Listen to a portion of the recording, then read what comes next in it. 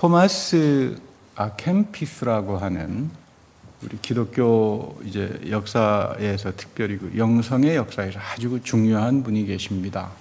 토마스 아켐피스라고 하는 분인데 이분이 쓴 그리스도를 모방하여 이미타티스 크리스티, Imitation of Christ라고 번역을 합니다만은 그리스도를 모방하여 이 책이 아주 유명합니다. 그러니까 대략 1400년도에 활동한 분인데 중세 말엽쯤이 됩니다. 서구에서는 근대라고 하는 말, 모더니티, 근대성이라고 하는 말을 1500년 이후, 종교개혁 이후부터 근대라고 표현합니다. 왜 그러냐 하면 이 종교개혁에는 단순한 종교가 개혁된 것이 아니라 인류 사상의 물줄기를 뒤바꿔버린 엄청난 기여가 있는데 그것이 바로 개인의 기적이라고 하는 겁니다. 중세 이전에는 개인의 존엄, 개인의 인권, 또 개인의 자유, 법적으로 그것이 보장되는 그런 사회가 존재한 적이 없습니다. 루터가 개인을 발견합니다. 하나님 앞에서. 그래서 서구에서는 근대성의 시작이다 이렇게 표현하는데 아마 대한민국에서 근대성을 이야기한다면 우리나라에도 종교개혁과 같은 개인의 기적, 개인의 존엄이 발견된 사건이 있었는가? 그것을 우리가 연구를 좀 할 필요가 있는데 어쨌든 그건 사회학자들의 몫으로 봅니다. 중요한 것은 토마스 아켐피스가 굉장히 루터에게 영향을 줍니다. 그러니까 이분은 영성의 형제단이라고 하는 것을 만들어서 근대의 문을 열어줍니다. 그러니까 이분에게 있어서 바로 이 1400년도에 개인은 인격으로서의 소중함은 공동체 안에서 가능하다. 이 사상, 극단적인 개인주의 무슨 캐스타라세라가 아니라 진정한 개인의 인권과 존엄은 공동체 안에서 이게 루터의 종교개혁에 굉장한 영향을 미치면서 엽니다. 우리가 개인이라고 하는 말을 잘못 이해하는 경우가 참 많습니다. 내 멋대로 하는 게 개인이지, 개인주의지. 또 미국에 오래 살다가 보면 미국을 개인주의의 나라인데 내 멋대로 할 수 있는 나라인데라고 하지만 그거 전혀 맞지 않는 말입니다. 타머스 제퍼슨이 기한한 미국 독립선언서를 아시는 분들은 그런 거 하면 미국의 헌법 전문을 아시는 분들은 여러분 요즘 인터넷에 들어가서 치면은 다 나옵니다. 읽어보시면 미국 사회가 처음부터 개인은 내 멋대로 개인주의가 아니라 공동체 안에서 책임과 의무를 갖는 인격체로서 개인을 이야기한 거지 극단적인 개인주의에 꽂혀가지고 이것을 개인이라고 말하지 않았구나. 이걸 우리가 알 수 있습니다. 특별히 이 사상은 가장 결정적으로 미친 사람이 칼빈입니다.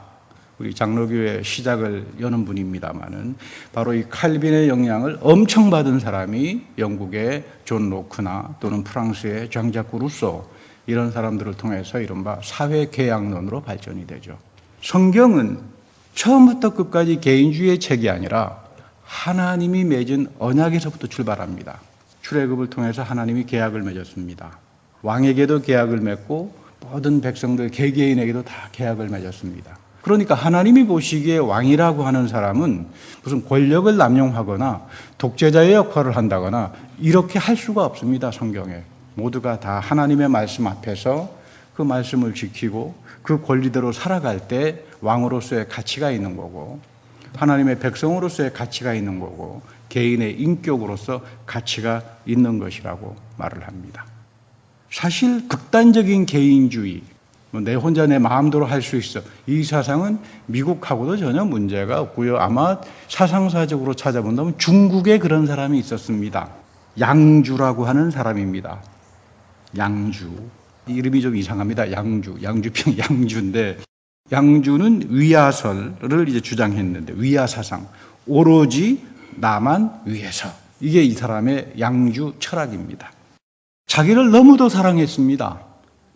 마치 물속에 비친 자기 모습에 반해가지고 자기 숭배하다가 며칠 동안 굶어가지고 죽었다. 그래서 그 죽은 자리에 꽃이 하나 났다. 그거 여러분 수선화라고 말하잖아요. 데포딜이라고 그래가지고. 이런 사람입니다. 이 양주란 사람은. 사람들이 자기에게 배움을 청하러 와서 선생님, 하도 선생님의 사상이 헷갈리고 좀 복잡하니까 한마디로 딱 정리해 주십시오. 그랬더니 이분 하는 말이 나의 머리카락 하나를 뽑아서 이 사회가 평화스럽다고 하더라도 나는 나의 머리카락을 뽑지 않겠다. 왜? 머리를 뽑으면 뜨끔하고 아프고 기분이 나쁘잖아. 이제 이런 사상입니다. 극단적인 개인주의가 다시 말하면은 아시아를 나름대로 아시아 문화 속에 굉장히 깊게 파고 들어오는 그 저변에 파고 들어오는 그 배경을 갖는 거지.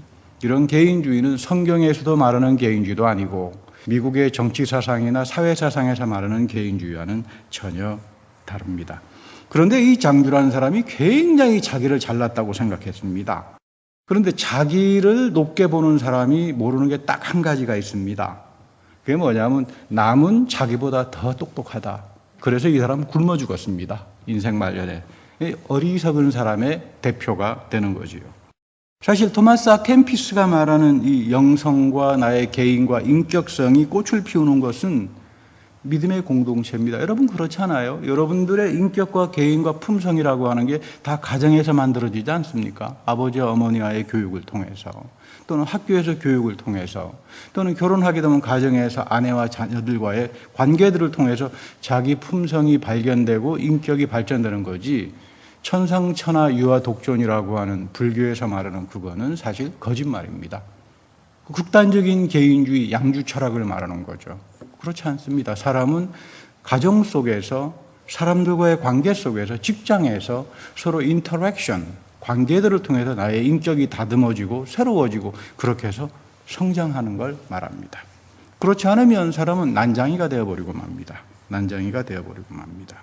이 신앙생활에서 굉장히 중요한 게 있는데 이게 미메시스란 말인데 우리가 느메시스란 말하고 혼동하면 안 됩니다. 느메시스는 우리가 한 4년 동안 열심히 배웠습니다. 요셉의 삶을 배우자. 남 정죄하고 심판하고 무시하고 이러지 말자. 근데 미메시스라고 하는 말은 그리스 말인데 모방이란 말이에요.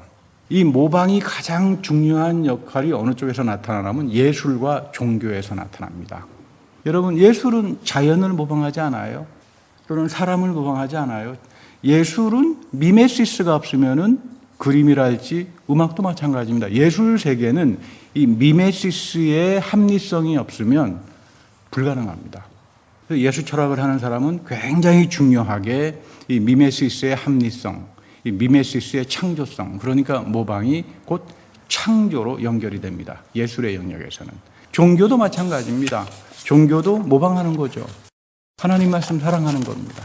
하나님 말씀대로 외우고. 그래서 여러분 세상에서는 표절, 플래지얼리즘이라고 하는 말을 나쁘게 생각하는데 종교에서는 여러분 표절은 기본입니다. 뭘 표절한다고요? 끊임없이 하나님 말씀 모방하고 하나님 말씀 본받고 거기에 맞춰서 살아가는 것. 이게 미메시스인데 이 미메시스가 우리를 하나님 앞에서 거룩하게 만든다고 이야기할 수 있습니다. 토마스 만이라고 하는 이 사람은 저도 개인적으로 굉장히 좋아합니다. 노벨 문학상을 받은 독일의 작가인데 히틀러가 나왔을 때 히틀러가 싫다. 나는 독일 사람이라고 하는 게 다 수치스럽다. 저 히틀러 때문에. 그래서 스위스로 망명을 왔습니다. 스위스는 중세 영립국가가 되기 때문에 넘어왔죠. 그래서 당대 최고의 신학자라고 하는 칼바르트와 함께 유대인을 살려주는 유대인 그 수용소에서 유대인들의 생명을 살려주는 귀한 일을 오랫동안 하셨는데 이분의 그 토마스 만의 소설을 읽어보면 참 특징이 뭐냐 하면 마지막에 가서는 성경 기절 짤막한 한두 계절을 가지고 사람의 폐부를 찌르는 걸로 끝납니다. 그러니까 이분 앞에 서면 이 소설을 읽다가 보면 화가 나요.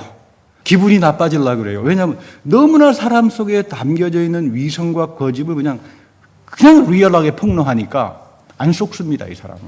그래서 이제 문학의 사실주의라고 말하죠. 깊이 있게 봅니다. 이 토마스 만은 가장 실망했던 사람이 누구였냐면 히틀러 당시에 히틀러에게 동조하고 민족주의라고 하는 이름으로 별 많은 이름으로 그리스도의 복음 전부 다 뭉개버리고 히틀러를 찬양했던 유명한 종교인들의 삶 앞에서 굉장한 실망감을 합니다. 자기가 만드는 우상숭배. 우상숭배라고 하는 것은 성경에 두 가지로 나타납니다. 하나는 이 몸이 음란한 겁니다. 여러분 세상에 나가가지고 온갖 그 나쁜 짓 하고 몸을 가지고 나쁜 짓들을 하잖아요. 이거 우상숭배라고 이야기하죠. 근데 이거보다 더 소중하게 여기는 우상숭배는 영적으로 음란한 겁니다. 영적으로 음란해요. 영적으로 깨끗하지가 못해요.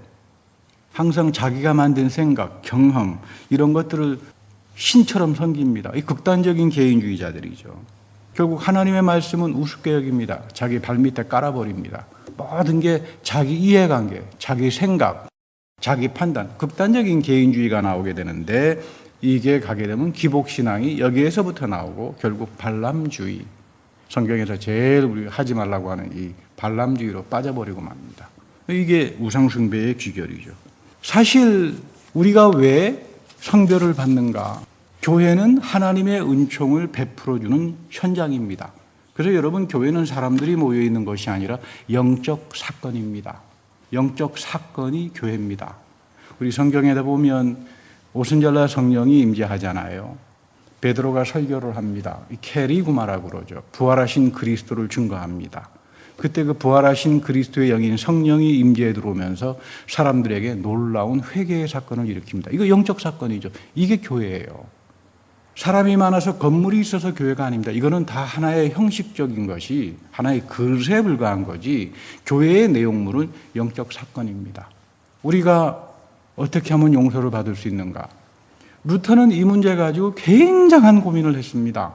어떻게 하면 내가 죄로부터 용서를 받을 수 있는가? 죄로부터 용서를 받지 못하면 구원이 없잖아요.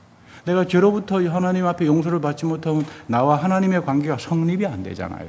그래서 그는 수도원에 들어가서 수도원장이 하라는 대로 다 했습니다. 나중에 수도원을 박차고 나왔는데 그분의 그 회고록에 보면 그런 말이 나와요. 아마 수도원에서 천당 갈 사람이 있으면 나밖에 없을 거다. 그렇게 열심히 했습니다. 그런데 왜 그가 수도원을 박차고 나왔을까? 자기는 용서를 내가 착한 일을 많이 하면 용서받는 줄 착각했었어요. 그래서 온갖 착한 일을 다 했습니다. 그런데 용서가 되지 않거든요. 또 죄가 생각나고 또 죄가 생각나고 또 잘못이 생각나고. 이 사람이 결국은 용서라고 하는 것은 나의 선행이나 내 경험이나 내 생각이 아니라 하나님이 예수 그리스도의 십자가에서 나의 죄를 용서하겠다라고 하는 그 약속, 그 약속을 성령을 통해서 내 안에 믿음을 부어줄 때, 여러분 십자가에 달리신 그리스도를 통해 하나님이 내 죄를 용서한다는 걸 누가 믿겠습니까? 여러분, 우리는 쉽게 믿지만 그거 믿어질 수 있겠습니까? 세상 사람들 앞에 가서 하나님이 예수 안에서 너희들을 용서했다 그러면 웃기지 말라 그러겠죠. 나 용서 필요 없어. 뭐 죄가 있어야 용서를 받지. 이렇게 나오지 않겠습니까? 근데 루터는 거기에서 뒤집어집니다. 약속입니다. 아, 하나님이 용서하는구나. 이 용서를 붙들고 가는 겁니다. 이 용서를 믿게 하는 건 나의 능력이 아니더라. 내가 온갖 선행을 다 해보고 온갖 노력을 다 했지만 그렇게 해서 믿음이 얻어지는 게 아니더라. 믿음은 뭘까? 성령이 내 안에 와서 믿음을, 신령한 믿음을 만들어줘야 합니다. 그래서 루터의 유명한 말이 나오죠. 믿음으로 구원을 얻는다. 여러분들 속에 이 신령한 믿음이 왔을 때 내가 때로는 좌절하기도 할 겁니다. 또는 어려운 시간을 경험할 때마다 하나님께서 일으켜 세워주시고 나를 용서하고 그 약속, 하나님의 철벽과 같은 약속이 있기 때문에 나는 하나님을 향하여 돌이킬 수 있습니다. 근데 두 번째는 하나님은 거룩하라 너희들을 이렇게 말합니다. 성경 전체를 관통하는 게 하나님은 용서하시지만 두 번째는 너희들 거룩하게 살아야 한다. 오늘 우리 레위기에 보면 여호와께서 모세에게 말씀하여 이르시되 너는 이스라엘 자손의 온 회중에게 말하여 이르라 너희는 거룩하라. 이는 나 여호와 너희 하나님이 거룩한 하나님이다. 레위기의 사상이 사도 바울을 통해서 성경 전체를 관통합니다. 이제 용서를 받았으니까 끝 이것이 아니라 용서를 받았으니까 어떻게 살아야 된다고요? 거룩하게 살아야 되는데 여러분 거룩하게 살 수 있습니까? 힘듭니다. 거룩하게 살려고 무징장 애를 써가지고 내가 거룩하게 되면 제가 하나님처럼 돼버리잖아요. 이거 우리가 내가 능력을 가지고 내가 거룩하지 못합니다. 오늘 예수님 본문에서도 그 말씀하시죠. 그러므로 하늘에 계신 너희 아버지의 온전하심과 같이 너희도 온전하라. 다른 본문에서는 거룩하라. 이 레위기에 대한 이 설명입니다만 지금 이 말씀이 사용됐던 그 콘텍스트, 누가 지금 이 말을 듣고 있는가? 바리새파들입니다. 여러분 마태복음은 특별히 바리새파들이 아주 많이 나와요. 왜냐하면 마태 자신이 바리새파 출신이에요. 마태 자신이 율법학자 출신입니다. 그래서 여러분 세리를 했죠. 세리는 여러분 세금쟁이 이런 뜻이 아니라 오늘날 CPA예요. 그러니까 마태가 상당히 공부를 많이 한 사람입니다. 그 당시 CPA는 누가 했어요? 다 바리새파 율법을 아는 사람들이 CPA를 했죠. 왜냐하면 그 법을, 세무법을 하는 거는 전부 다 구약에 너희들이 이렇게 할 때는 세금을 이렇게 내야 되고 다 상세하게 나와 있잖아요. 그러니까 굉장한 지식인이에요, 마태가. 근데 이 마태가 속해 있었던 교회, 마태의 교회가 바로 옆 동네가, 우리 교회가 얘기했던 바로 옆 동네가 유대인 공동체입니다. 유대인 공동체. 그러니까 맨날 유대인 바리새파들하고 부딪히고 살았습니다. 그래서 이 마태복음 안에 어떻게 하면 이 유대인들에게 예수님의 복음을 전할까? 그래서 그 내용이 너희들이 말하는 모든 거룩, 구약에서 말하는 모든 것들이 예수님의 복음 안에서 성취가 된 거다. 그 이야기를 하는 겁니다. 이 마태복음 5장 48절에 보면 당시 바리새파들 유형 가운데 7가지 유형이 나오는데 최고의 바리새파 유형이 아브라함입니다. 그러니까 가장 존경받는 유형. 그러니까 이 유대인들은 아브라함을 최고의 바리새파라고 이야기합니다. 우리 기독교에서는 사도 바울이 우리 믿음의 조상이라고 말하지만 유대인들은 바리새파의 최고라고 그러죠.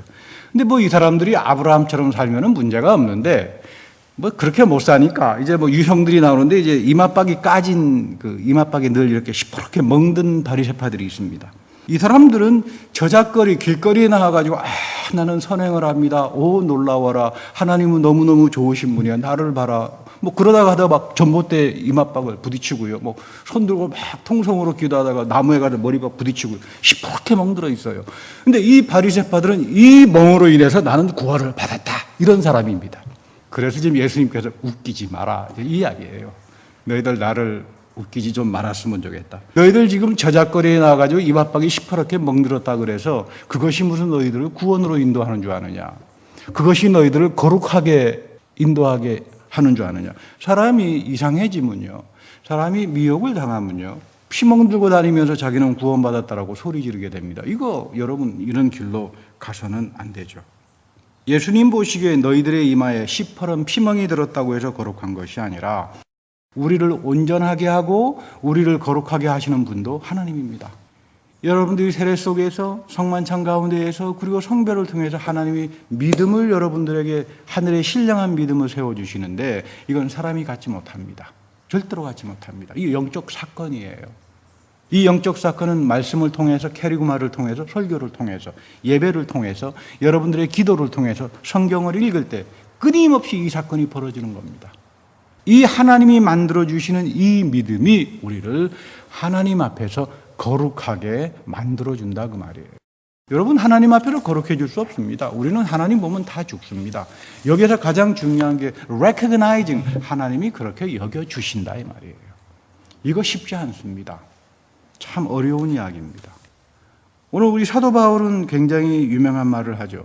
너희들이 고린도전서 13장쯤 가게 되면 몸을 불살라 바치는 희생이 있다 그러더라도 너희들이 뭐 엄청난 하늘의 신령한 은사를 받았다 그러더라도 아마 오늘 시대에 누군가가 자기 이웃을 위해서 몸을 불살라서 희생을 했다면 굉장했을 겁니다. 대서특별을 하고 자기 몸을 불살라서 희생한 사람을 대서특별하지 않겠습니까?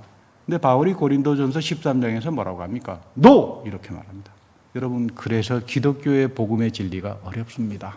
기독교의 복음의 진리가 어려운 게 우리 생각에는 저렇게 몸까지 불살라서 희생하는 사람을 참 거룩한 사람이다. 대단한 사람이라고 여겨주면 좋겠는데 사도 바울은 아니요라고 말합니다. 기독교 복음이 어려운 것은 이해할 것은 이해하지만 아니요 할 것은 단호하게 아니요라고 합니다. 그 안에 하나님의 사랑 헤세드, 하나님의 은혜인 헤세드가 너희들 마음에 없을 때 너희들이 세상에 나가서 엄청난 봉사를 하고 심지어 몸을 불살라주는 그런 일을 하더라도 그거 it is nothing, 아무것도 아니다 이 말이에요. 이게 여러분 이게 무섭습니다. 교회에서 섬긴다라고 하는 말을 디아코니아라고 합니다. 우리는 이거를 봉사로 생각하니까 세상적인 가치로 생각하니까 성경이 말하는 섬김이라고 하는 걸 이해 못합니다. 디아코니아라고 하는 말은 봉사를 하면 뭐 봉사상을 주고요. 세상에서는. 근데 성경에서 말하는 디아코니아는 상하고는 아무런 상관이 없어요. 상은 하나님의 말씀을 섬기는 사람들, 여러분들의 이 믿음을 가지고 하나님을 섬기기 시작할 겁니다. 교회에서 섬기기 시작하고 여러분들이 하는 모든 섬김 속에 하나님의 은밀하심의 가품이 있다. 여러분 이게 디아코니아예요.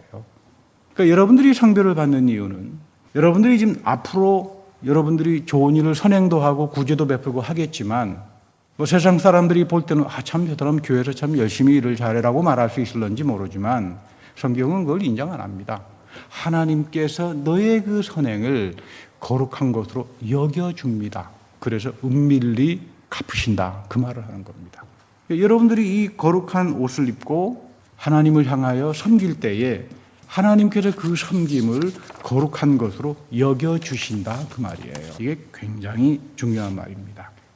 유럽에 가보면 그 예배 시간이 끝나면 꼭 이분들의 좋은 습관 하나가 공동묘지가 바로 뒤에 있어요. 교회 뒤에. 예배가 끝나면 자기 아버지 또 자기 뭐 할아버지 꼭 이렇게 무덤을 돌아보았다가 이제 돌아갑니다.